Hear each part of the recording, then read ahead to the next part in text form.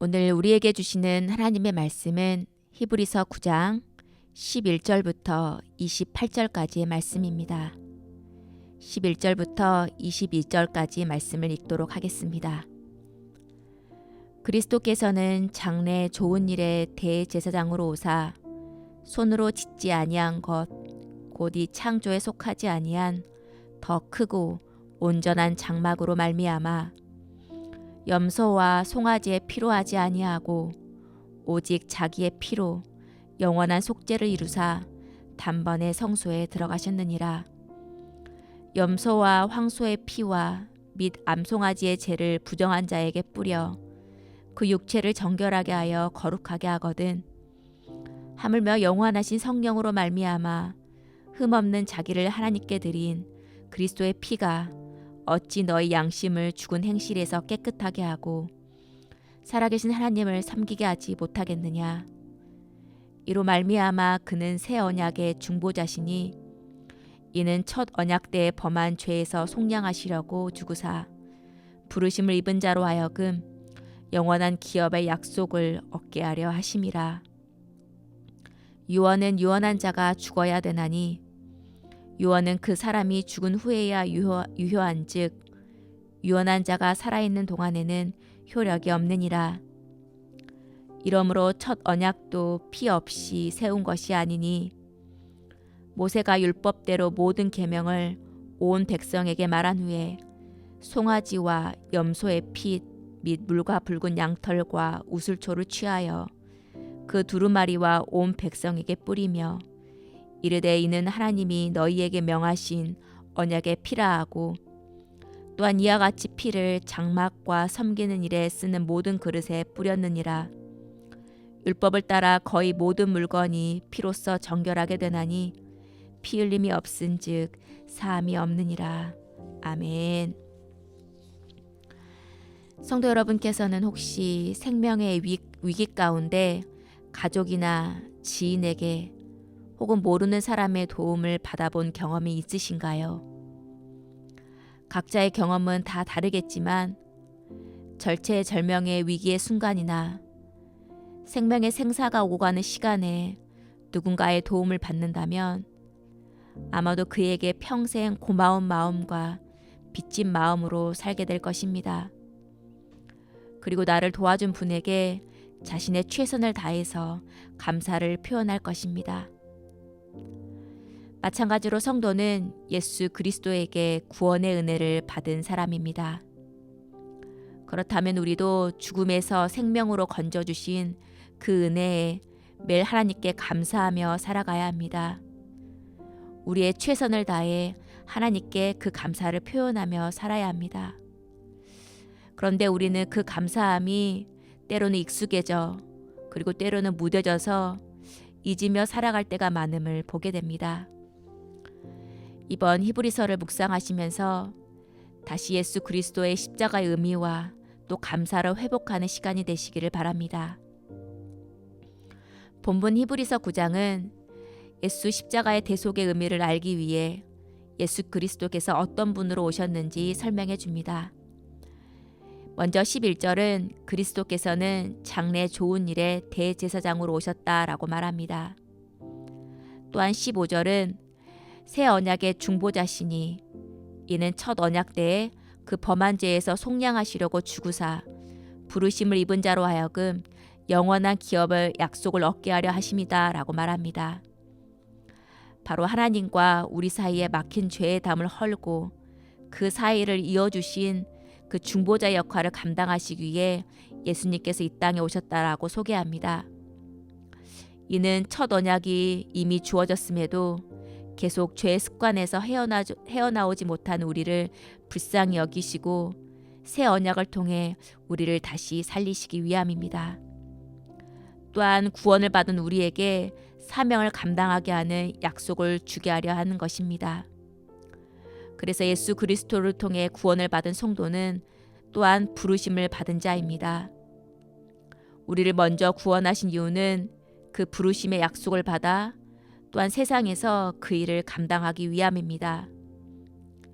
그 일은 아직 예수를 모른 자를 위해 예수를 전하고 또 그들에게 십자가의 은혜와 하나님의 나라를 알려주기 위함입니다. 또한 12절은 염소와 송아지의 피로 하지 아니하고 오직 자기의 피로 영원한 속죄를 이루사 단번에 성소에 들어가셨다라고 예수를 소개합니다. 예수님이 오시기 전 이스라엘 백성은 죄를 지을 때마다 염소나 송아지나 여러 동물을 데려다 잡아 그 피를 가지고 하나님께 제사를 드렸습니다. 또한 자신뿐 아니라 정결하기 위해 그 삐를 그릇과 여러 가지에 뿌리게 되었습니다. 그러나 예수 그리스도가 오심으로 더 이상 짐승의 피를 흘리거나 뿌리지 않아도 됩니다. 왜냐하면 예수님께서 자신이 희생 제물이 되셔서 자신의 피를 흘려주심으로 그 피가 우리의 죄를 대신해 주시는 속죄의 피가 되셨기 때문입니다.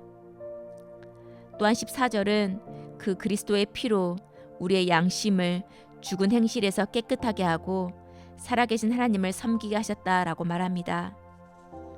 바로 예수가 나를 위해 십자가에서 대신 흘리신 그 피로 나 자신을 돌아볼 수 있게 하신다는 것입니다.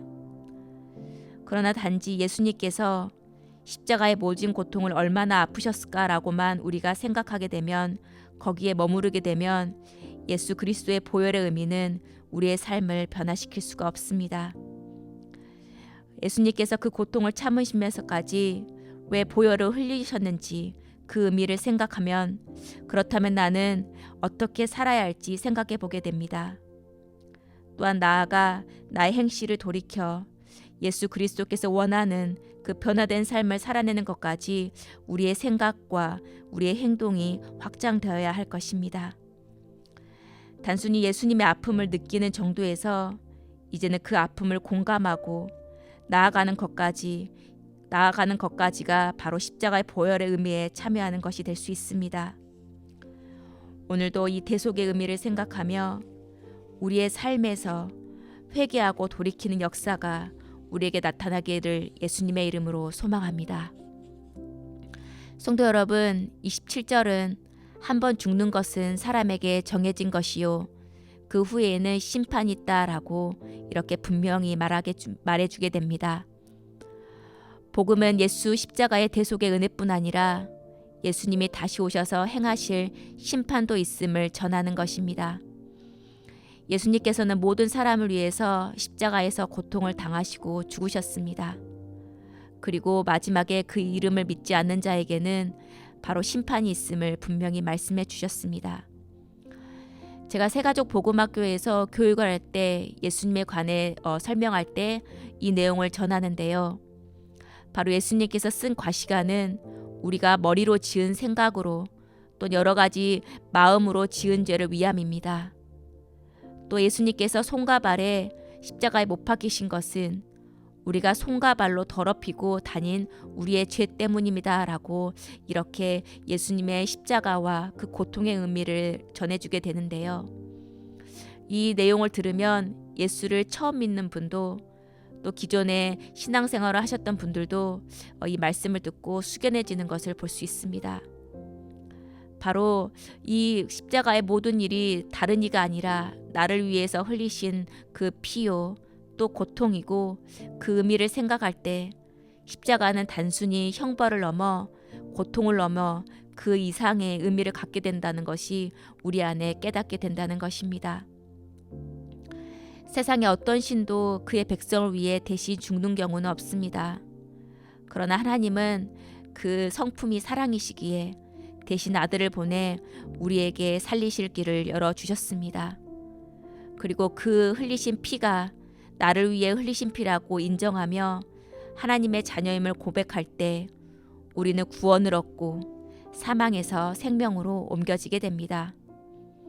그 은혜로 사는 사람은 그러나 다시 예수를 믿기 전 옛 모습으로 돌아가지 않으려 노력합니다.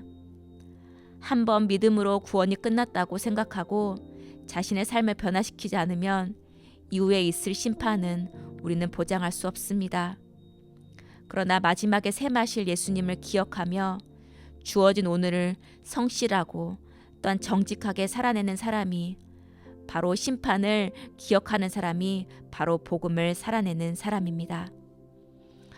성도 여러분, 예수로 구원받은 자는 이제 하나님의 자녀가 되었고 그 신분은 거룩한 제사장이라고 말하게 됩니다. 우리가 살펴본 것처럼 제사장은 매일 성소에 들어가 촛불이 꺼진지 확인하고 또한 기름을 채우며 떡을 매일 갈아주어야 합니다. 또한 자신뿐 아니라 백성의 죄를 위해 짐승의 피를 흘려 제사를 드려야 했습니다. 그 피 비린다는 그 상황 속에서 제사장 또한 자신의 죄를 매일 불태우고 다시 새롭게 하기를 다짐함을 통해서 제사장은 다듬어졌고, 또한 우리가 거룩한 신분의 제사장이라면 우리 또한 그 과정 가운데 성장해 나가고 다듬어질 것입니다. 오늘 이 말씀을 묵상하시면서 묻어져 있는 우리의 심령이 예수 그리스도의 십자가의 보혈과 대속의 의미를 기억하며 다시 감사와 감격의 회복이 되는 날이 되기를 예수님의 이름으로 소망합니다. 함께 기도하겠습니다. 하나님 감사합니다. 예수 그리스도 그 십자가 대속의 은혜로 말미암아 우리의 죄가 사해졌고 구원을 받게 하시니 그 은혜에 감사합니다. 우리 죄로 인해 흘려야 할 그 피를 예수 그리스도가 다시 흘려주셨습니다. 오늘도 그 의미를 기억하며 또한 내가 져야 할 십자가가 무엇인지 기억하며 그 일을 잘 감당할 수 있도록 도와주시옵소서. 먼저는 말씀을 통해 우리가 예수 그리스도를 바로 알고 또한 삶에서 예수 그리스도를 드러내고 전하며 향기되는 삶을 살 수 있도록 오늘도 성령님 우리를 돌보아 주시옵소서. 예수님의 이름으로 기도합니다. 아멘.